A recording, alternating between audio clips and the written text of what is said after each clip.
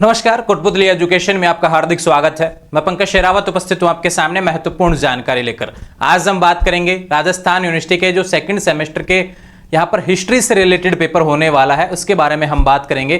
ध्यान रहे, पेपर किस चीज का है भैया?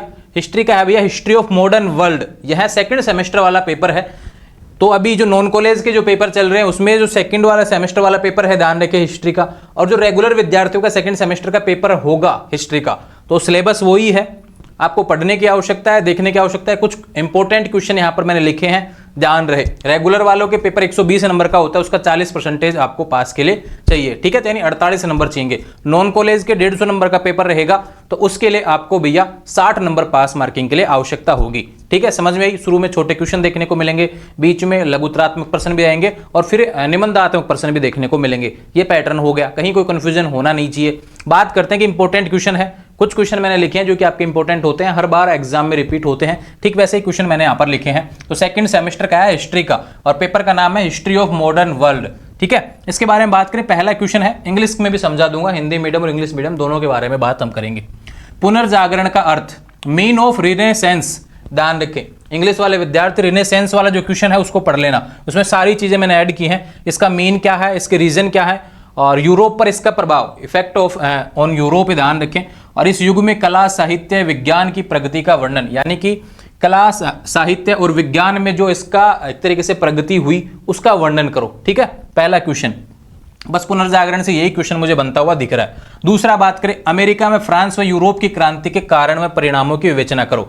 तो देखो, अमेरिका की क्रांति, फ्रांस की क्रांति, यूरोप की क्रांति और इसके रीजन एंड मतलब कि रिजल्ट के बारे में आपसे क्वेश्चन आपसे पूछा जा सकता है। तीनों क्रांति हैं, तो यहाँ पे देखो फ्रांस की आएगी 1789, 1848, 1830 वाली जो क्रांतियां रही हैं, यहां से क्वेश्चन आपको देखने को मिलेगा।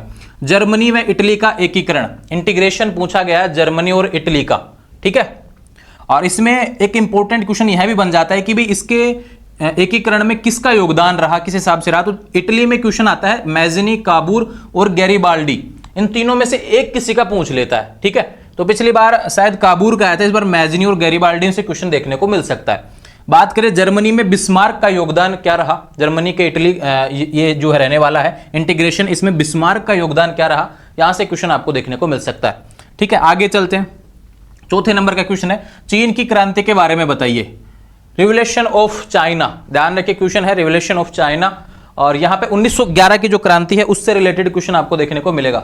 1949 में माओ त्से तुंग की भूमिका, और इसमें एक क्वेश्चन यह भी बनता है कि 1949 में एक व्यक्ति है माओ त्से तुंग की क्या भूमिका रही, उससे रिलेटेड क्वेश्चन आपको देखने को मिलेगा।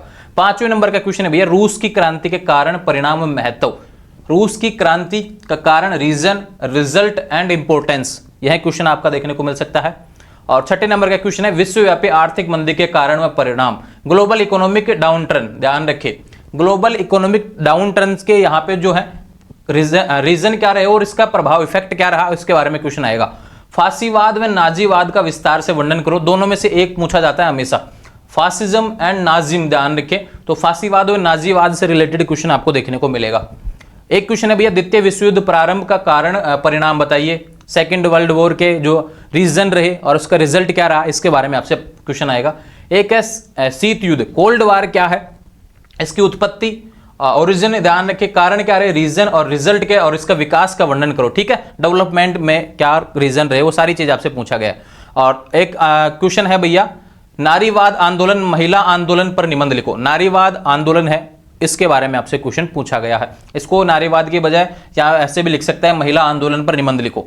एक क्वेश्चन है, संयुक्त राष्ट्र संघ का निर्माण, संयुक्त राष्ट्र का संघ का निर्माण, इसके अंग, क्रिएशन ऑफ यूनाइटेड नेशन, ध्यान रखें, इसके पार्ट्स, इसके उद्देश्य क्या है उसका वर्णन करो, इसकी उपलब्धियों का वर्णन करो, अचीवमेंट्स क्या रही हैं, ध्यान रखें, इसके ऑब्जेक्ट्स क्या रहे हैं, उसके बारे में आपसे क्वेश्चन आ सकता है। तो ये इस तरीके से 11 क्वेश्चन थे जो आपके बीए सेमेस्टर सेकंड में हिस्ट्री में इंपॉर्टेंट क्वेश्चन है। मैंने बहुत अच्छे से आपको बताए हैं, एक एक क्वेश्चन को अच्छे से बताया, वीडियो देखने की आवश्यकता है, सारी चीजें बता दी, और इंग्लिश में भी जितना हो सकता था वो मैंने बता दिया है। ज़्यादा कुछ खास इसमें ऐसा है नहीं कि भाई पूरा इंग्लिश में लिखो, जहाँ जहाँ वर्ड आपको कन्फ्यूजन होता है, ज़्यादातर तो पूछ रहा है कारण परिणाम वो इसी के बारे में पूछ रहा है, तो रिजल्ट्स एंड रीजन के बारे में पूछा गया है। तो ये अपडेट है बीए पार्ट फर्स्ट ईयर का जो सेमेस्टर सेकंड का हिस्ट्री से रिलेटेड पर्सन थे।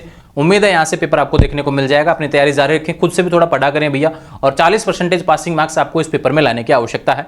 पास कर लेंगे तब आपको क्रेडिट मिल जाएगा, और क्रेडिट मिलते ही आप अपने क्रेडिट अंक में जोड़ते जाएंगे, ध्यान रखें, और पासिंग में आपको फायदा मिलेगा। तो आने वाले समय से अपडेट्स के लिए चैनल को सब्सक्राइब करें, अपने जो भी साथी मित्र हैं सभी के साथ चैनल को शेयर कर देंगे। आने वाले समय में ऐसे अपडेट्स के लिए चैनल को शेयर करें, और ध्यान रखें दूसरा इंपॉर्टेंट बात, इंस्टाग्राम, टेलीग्राम, व्हाट्सएप चैनल के माध्यम से जुड़ जाएंगे। Thank you.